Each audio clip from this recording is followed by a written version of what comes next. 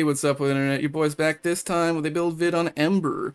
Obviously, Ember is in vogue right now. That's for two main reasons. One is, of course, the heirloom skin, which everyone is going gagas for, apparently. And two is that about a month ago, she received a sweeping set of buffs. Some have been calling it a rework, which I disagree with. It's just buffs, guys.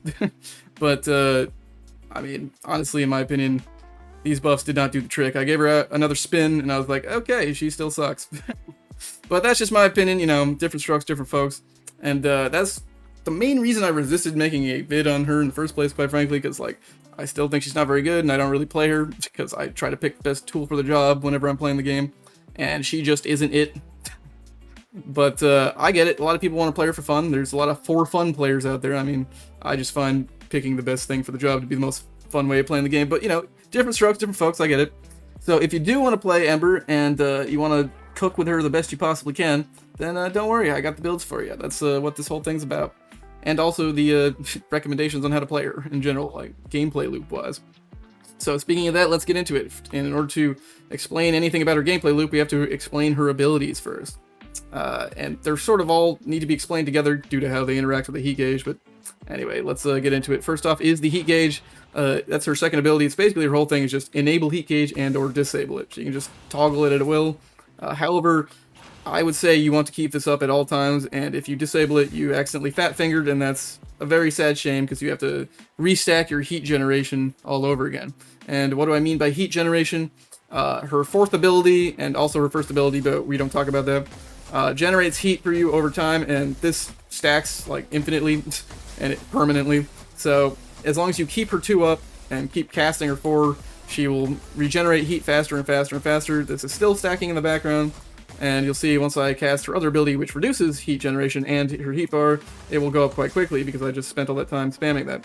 And you'll also notice that costs 0 energy because its energy cost is based off of how many enemies it targets, costing 10 for each with a cap of 10 to a maximum of 100 energy. But you can just spam it like this on nothing, thankfully, and it will cost nothing.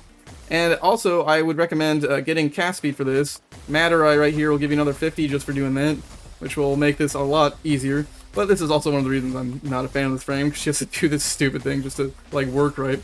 And you'll notice in the bottom right, my energy is draining very rapidly. This is the one unfortunate thing about her heat being maxed, and the reason you don't want to keep it constantly maxed. This energy drain is the problem, and that scales faster and faster and faster. As long as you keep this up, it will get faster, like, and it's exponential scaling too, I'm pretty sure.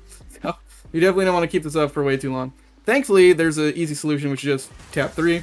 This will reset the heat scaling, or energy scaling, that is, drain scaling. And as long as you tap it occasionally, that drain scaling will knock it out of control. And in order to keep up the heat regeneration, I simply, playstyle-wise, will alternate between 3 and 2. Because if you just cast 3 and then 4, which you're going to want to do anyway to, like, armor strip enemies with their 3 and then hit them with their 4th ability, then by their powers combined, you actually gain a little bit heat regen over time. Because her Inferno gains 3% per second over time for each cast, and her 3 Fire Blast loses 2% per second for each cast. So it's actually regenning slower for each one. But I've cast it so many times, it doesn't even really seem like that right now. But if I do it enough, yeah, you can see it's starting to get a little bit slower. But in general, if you just alternate between the two, by their powers combined, you'll gain 1% over time, because, you know, 3% minus 2%, there you go, it's 1%. Wonderful. So that's heat generation. I didn't really mention exactly what the heat buff actually does. Of course, the one thing most people know is that it increases your damage reduction by the percentage shown in the bottom right. We are capped at 90%, so you're getting a solid, like, only taking 10% of damage, which is really nice. However, this also does not affect Overguard, which used to not be relevant at all for Ember. However, she has an augment that now gives her Overguard. So this is actually a lot less relevant than it used to be. It's kind of, I mean, like, there are tank builds that don't use that, so it is relevant in some builds, and, you know, it's always nice to have anyway. And obviously, you'd rather have 90% DR than not have it, even in the case of having Overguard, just as a backup.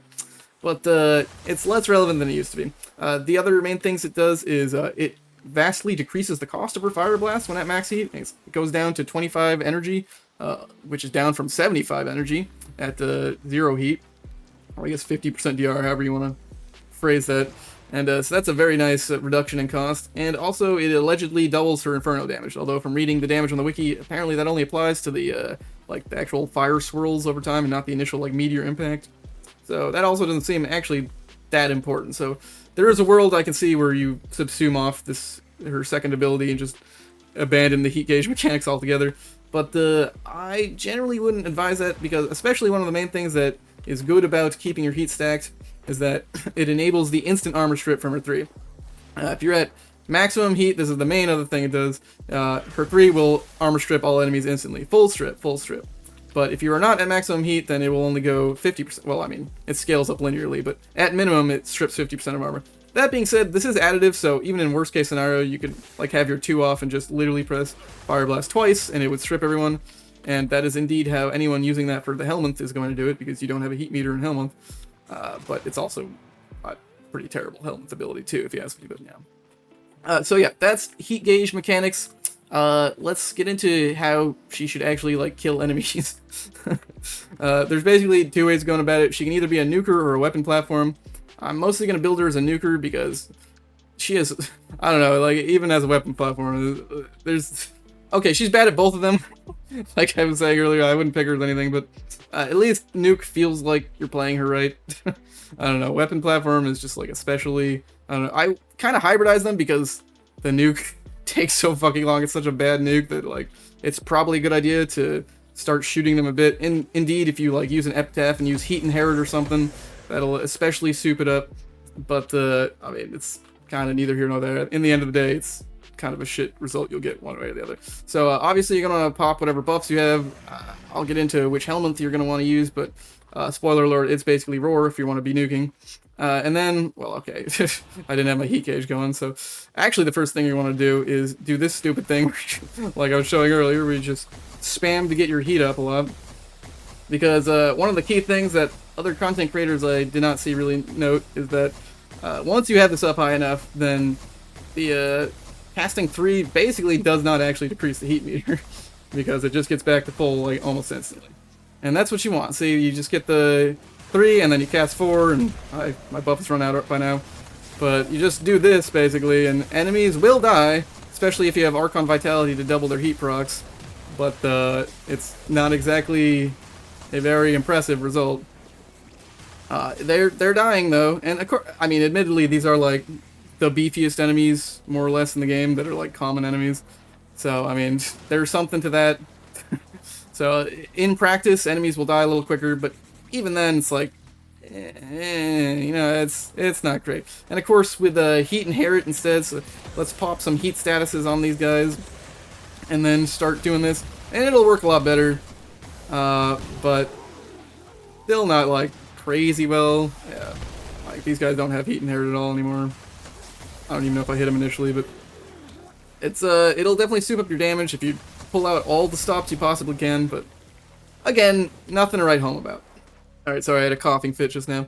If you want to use her as a weapons platform, you can do that too, and the main thing she has going for her in that regard is actually her Fireball Frenzy augment. And I'm going to want you to ignore the build that comes up here, because, or, well, I'm about to show in the Fireball slot, because this is just kind of nothing. But Fireball Frenzy is a relevant augment for weapon platforms, because this will give you heat damage to your attacks, which is actually a element you would want to buff. Like, heat is one of those elements that you actually do want to stack a lot, especially with heat inherit. Like, this will actually increase the effectiveness of your heat inherit. However, there's a lot of problems with Fireball Frenzy, and I honestly don't think it's really worth using in the vast majority of cases, because, well, let's count the ways. First of all, you have to use Fireball. This is Fireball's only viable use. Fireball, as a base ability, is completely fucking useless and has no use whatsoever. The only reason to keep it on is to use Fireball Frenzy, and that means you basically lose an ability, which is a problem, because you either don't subsume anything, which is what I did here, because I don't even fucking use this, or you subsume over one of her other skills, and probably her best culprit these days is Immolation, because you can Healing Flame instead of DR, but like I said, you won't get the armor strip, and like, I don't know, I've seen others do it over Inferno, but that's the same problem, really. Like, still just kind of bad in general.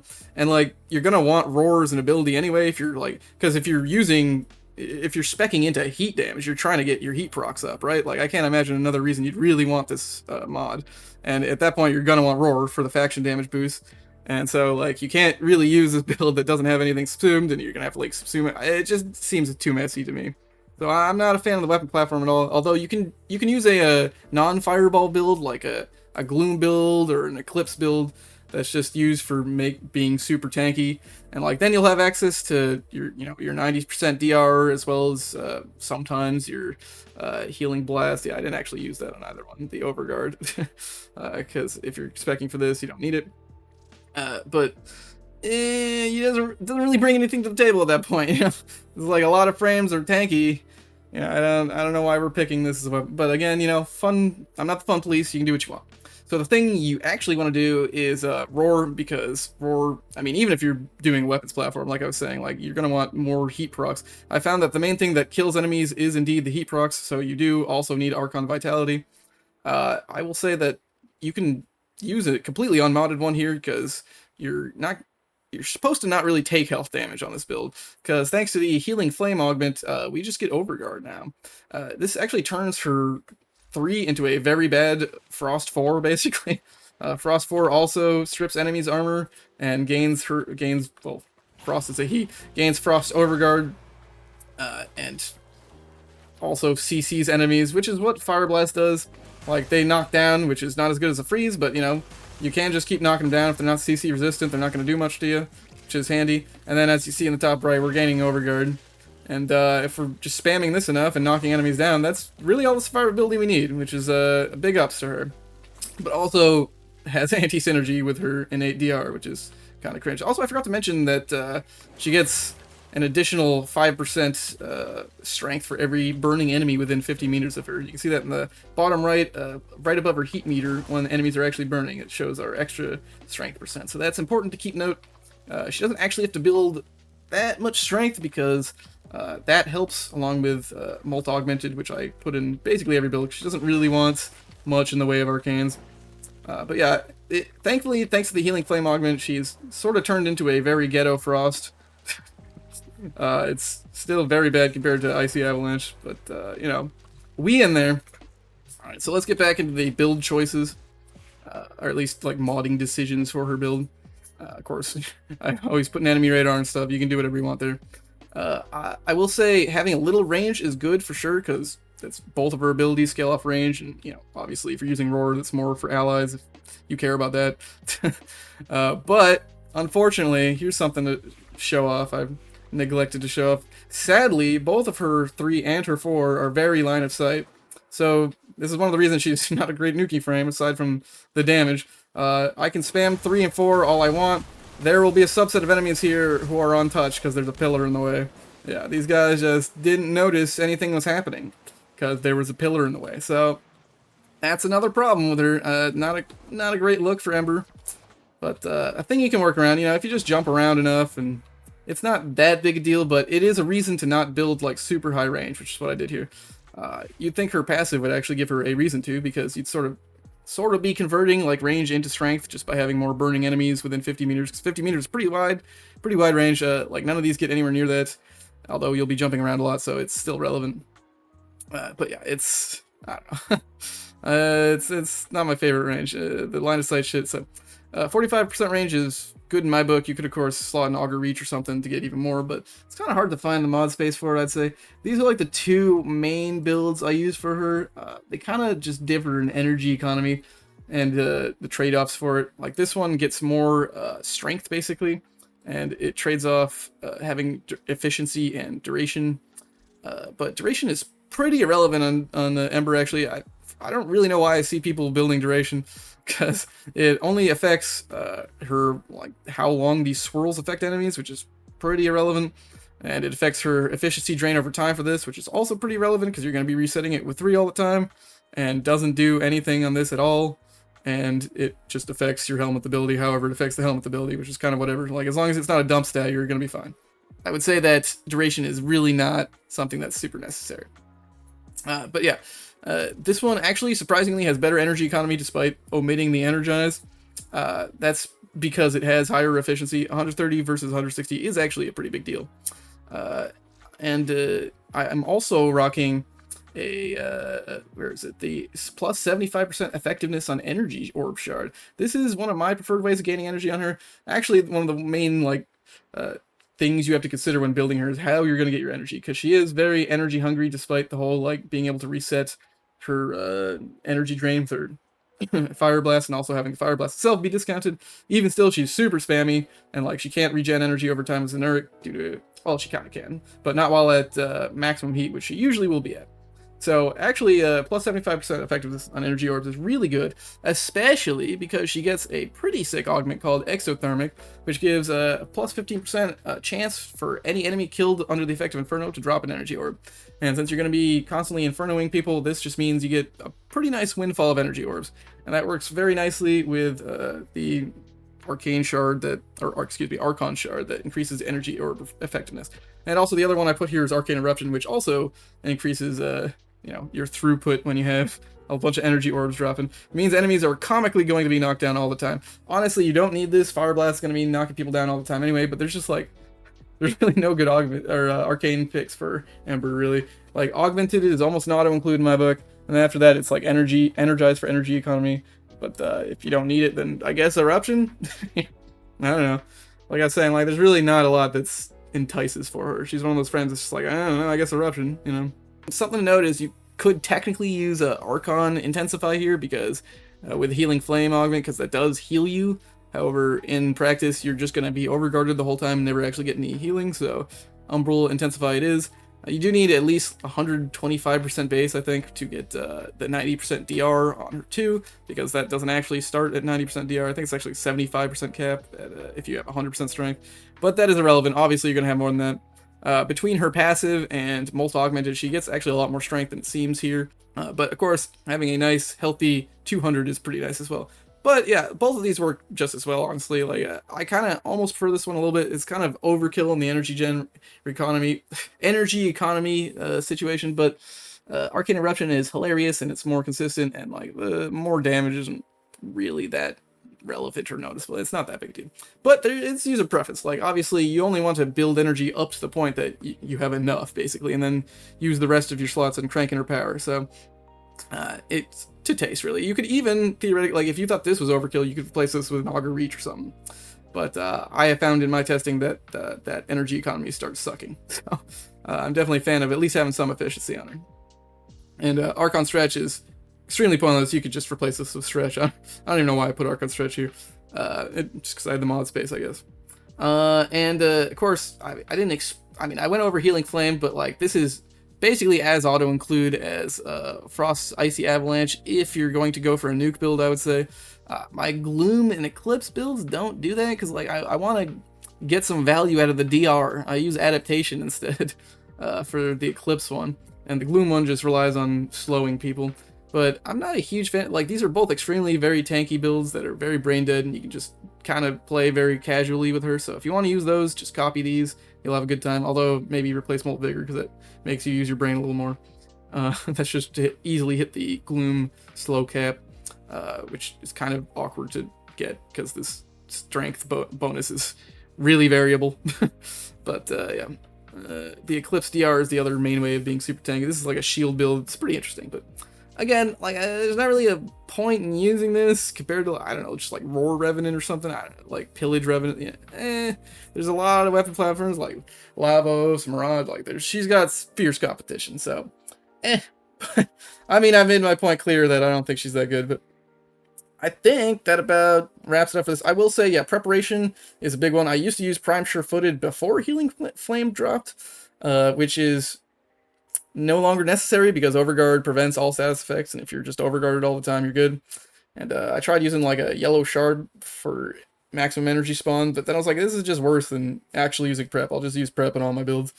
And prep is really helpful because you do want to like get your shit going and never like actually lose your immolation buff because of running out of energy. That would be quite unfortunate. So you build a decent amount of strength, you get enough efficiency that your energy economy is covered, which of course is also very helpful with Endothermic. You get your duration not completely dumped, but not really cared about, and then you stack strength. Everyone on the same page? Good. Wonderful. As for archon shards, the only other thing I didn't mention was cast speed. In these empty slots that I didn't bother to put anything in, I'd probably just put strength. You could put even more cast speed in, quite honestly. Like, you saw the difference between the Matter-Eye cast speed and this. Like, it definitely would make a difference. But, I mean, that's kind of user preference at that point. I would probably use Tau Strength shards if I had a bunch of Tau Strength, but for some reason, every week they give me 2 Tau yellows and, like, 1 normal red. So, I don't know, we're hurting on the red shards, so it is what it is. Epitaph for Heat Inherit, well, any secondary for Heat Inherit if you really want to crank it, but also kind of awkward, because, like, you can just use any good weapon to kill people anyways, you know. Once you armor strip them and then start shooting them with a turret or something, like, I don't know why you're bothering with all this nuke stuff. But yeah, that's Ember in a nutshell. I would recommend Matter-Eye for the cast speed initially. Like, her Zenerig doesn't work because she has the immolate energy drain over time, and other options don't really seem that interesting to me. But of course, this is not tied to any particular focus school. And there's other things you could do with companions, like with a Nautilus Cordon or something, and you know, there's things you can do. But I tend to prefer to make my builds companion agnostic, so you don't need them. And that would about do it for her. She doesn't have any exalted weapons or anything. She's pretty simple. That wraps up the build, I would say. So let's get into the good old SP Circulus demo. It's time. And jump cut. Alright, let's get it. Alright, to start things off, you press 2. You get your cast speed up, and then you look away from enemies and start spamming your forward like an idiot. You're gonna feel really dumb doing this, and it's not a thing that is very fun. But hey, it's basically how she's played.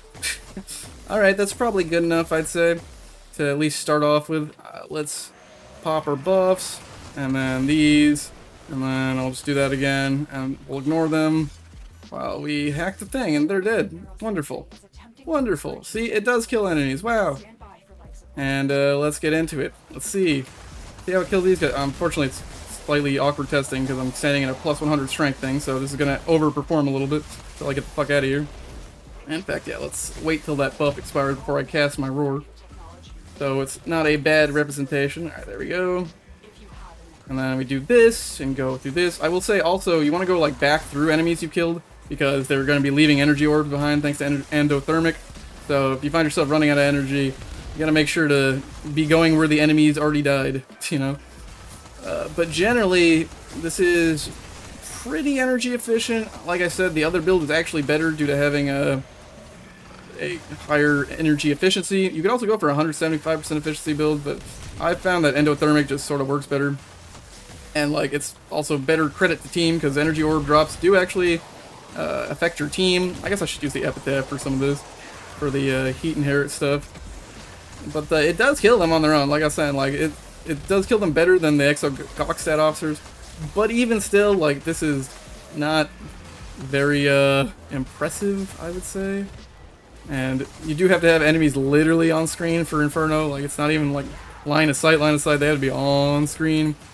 I don't know, it's pretty not impressive. Let's see, I will say they are more easily affected when they're all clumped up though, because then multiple impacts of the Inferno will hit them, and they will get multiple dots of heat. It's sort of quadratic scaling in that respect. But yeah, this is, look at this. Well, he is an Arson Maximus. Presumably he'd be resistant to this. Oh, and also my roar expired. My bad. But, there we go. Nope, never mind. He just fell on the ground. Oh, man. I don't know. It's, I don't know. It's not my favorite. Of course, I could be killing easier if I was just, like, literally hitting with the, with this guy. Like, see what I'm saying? Like, I don't know. You just use a good weapon, it's gonna outperform this significantly. But, you know, it is there if you want to have fun. You want to be looking at booty the whole time. No ass jokes in the comments, please. Okay? I've heard enough of them for one lifetime. I'm sure I can't stop anyone, but you know what? Maybe that's reverse psychology for engagement. What do you know? What do you know? But, yeah, this is pretty much the whole thing. As you can see, my life support is running out because Ember sucks. Like, if you wanted to play a build that, full stripped enemies and nuke them, I would recommend Saren with corrosive shards instead. This is pretty sad comparatively. But hey, you know, we got uptime on our overguard. We don't, you know, need to build for any survivability. We're getting full armor strip on these guys. It is killing them. I mean, yeah, she's certainly viable as far as, you know, depending on your definition of viable. If your definition is, like, the best tool for the job in any given situation, no. But if viable just means like, oh, I can take her to Steel Path and do super well, then yeah, there you go. She in there. Normally I prefer a cape on my frame, but this one has a reason not to do that, if you have the skin at least. And that's about it. You'll notice that when the Acolyte and or Thrax spawn, that this is going to be extremely underwhelming. But that's another minute out. Oh, never mind. Actually, I guess the Acolyte decided to spawn early. Good on him. Good on him. Thrax is gonna take a while, but like I literally just wind up killing them with weapons usually because it's just like, this is sad. The Acolyte actually does die reasonably well, and the armor strip does work on them. But with the heat dot here, like they will die. As you can see, they're dying, but obviously nothing to write home about. I'm not impressed. But you know, these like nuke melt builds over time tend to work like that, so I mean, who really cares about how fast you can kill them? I don't know. But it helps demonstrate the lack of damage this build has. And also lack of range, because, you know, we didn't build that high range, and it's got line of sight, and it's not very impressive. Yeah, the life support continues to run out. You know what I'm saying? I'm an Ember hater, but, you know, again, not the fun police. So, if you are an Ember enjoyer, I love that for you. I'm glad you were having a fun time with her. And I hope that my constantly complaining about her is not putting a damper on your enjoyment. It's just it's a personal thing. I'm a hater. Alright, so soon a Thrax will spawn, and I'll show you how incredibly bad her nukes are towards it. Well, I'll try epitaphing them first. Maybe I just need to heat inherit them better.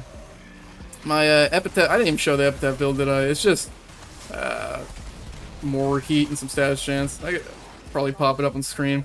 Alright, I already gave them heat stacks. Oops. So, heat inherit's not happening. But, let's see. Are they dying? Oh, well, they're getting knocked down. Not the overguard's gone. But, as far as dying goes, there we go. We got there. I somehow hit the Windows key there. Fat finger and had to stop moving. Where'd the other one go? Oh, he's down there? What the fuck? Okay, buddy, I need you to die, please. Is this gonna kill you? Oh my god, see what I'm saying? This is awful. This is just awful. This is sad that, well, of course my roar ran out, but I am not impressed, gotta tell you. Okay, that's enough. Life support is almost bottom barrel. I don't know, man. Like, why did they buff Frost again, and then make Ember so shitty? Like, they buffed her too, but like, I mean, Frost did not need the buff, and Ember did. Like, they could have, all the buffs they gave to Frost, they honestly just should have continued to buff Ember even more in my book. She's not very good. But hopefully they'll revisit her and, you know, give her even more buffs, and she'll have a reason to be picked.